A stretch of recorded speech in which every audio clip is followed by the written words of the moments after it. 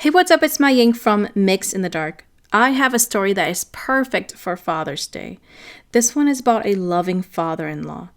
It is a story that is part of the Messages from Deceased Loved Ones series back in February for our month of love. Please take some time to listen.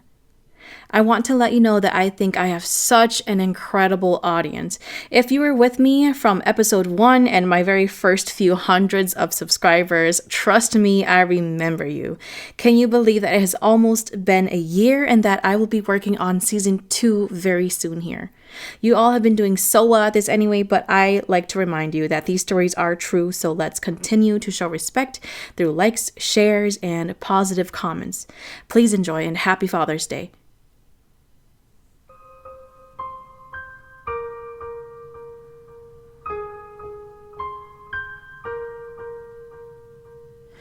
My father-in-law passed away 5 years ago after battling colon cancer for 2 years. My son and he were best buddies. They did everything together and ate everything together. I remember when I was pregnant with my son and was hospitalized for about a week, he was so concerned for the both of us. I can remember him scolding my husband for allowing me to do so much housework. He couldn't have been happier when my son came home. In 2013, my life took a turn for the dark side. I became depressed and worked a lot because of my mother-in-law's false accusation towards me. After her drama, she decided to move out. It upset my father-in-law that she chose to move out to live with the other son and his family. He told her that he wasn't going to move and that he was going to stay with my husband and I. When we moved, he moved with us too. My third child was born in 2014. When she learned to crawl, she would crawl to his room and stay with him.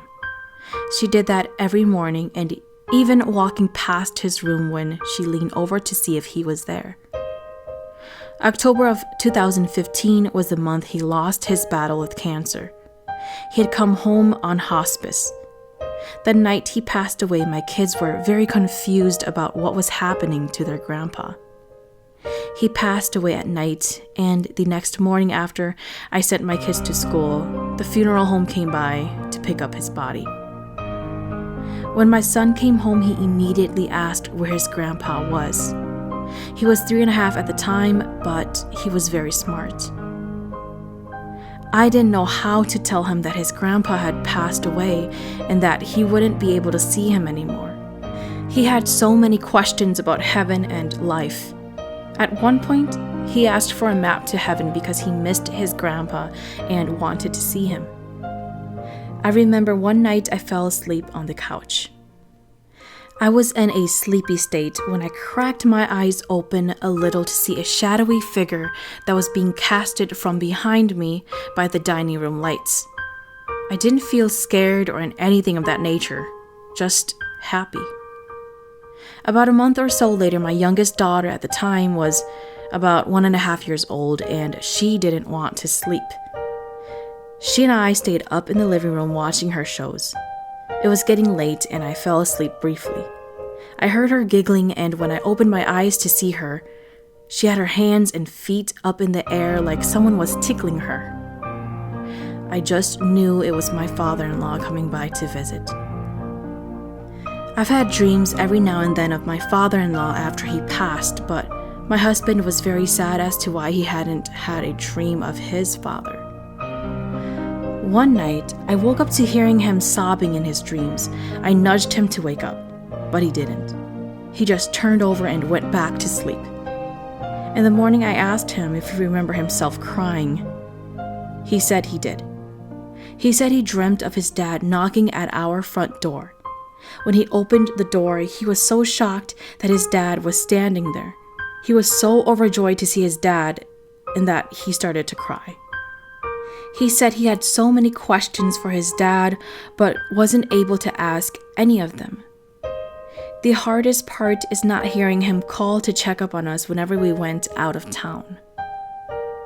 2020 was the 5-year anniversary of his passing. I had a doctor's appointment that day, and by the time I got home, it was already late. I remember feeling guilty about not visiting him that day. Later that week, I had a dream that he came to my bedside with a toothy smile, letting me know that it was okay that we didn't go visit him and that he was well. I tried to take my kids every month to see him and bring him some flowers. He loved flowers. My husband and I try our best to keep his memories alive for our kids.